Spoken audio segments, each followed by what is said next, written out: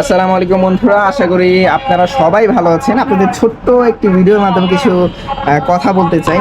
দেখতে পাচ্ছেন বেলকনিতে গাছ লাগিয়েছে আমার পরিচিত একজন আন্টি এবং স্টুডেন্টও বলা যায়। আমি ওদেরকে পড়াই, আন্টির ছেলে মেয়েকে। তো দেখতে পাচ্ছেন এই বেলকনিতে ছোট্ট একটা বেলকনি, তেমন জায়গা তেমন নেই এইখান থেকে এতটুকু।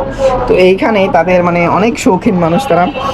তো তারা গাছ লাগিয়েছে, দেখতে পাচ্ছি মরিচ গাছ লাগিয়েছে। বাট আমিও গাছ লাগিয়েছি, আমার গাছে এত মরিচ ধরেনি যে যত মরিচ এইখানে ধরেছে। মাশাআল্লাহ, একদম নিচ থেকে শুরু করে উপর পর্যন্ত অনেক মরিচ ধরেছে।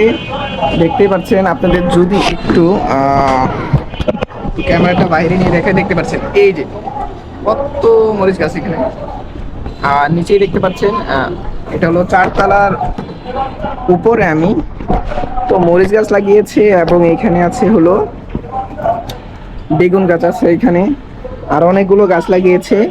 এইখানেও একটা মরিচ গাছ লাগিয়েছে, অনেকগুলো। প্রত্যেকটা গাছে মরিচ অনেক ভালো ধরেছে, যেটা মনে হয় না মরিচ আর কিনে খেতে হয় ওদের।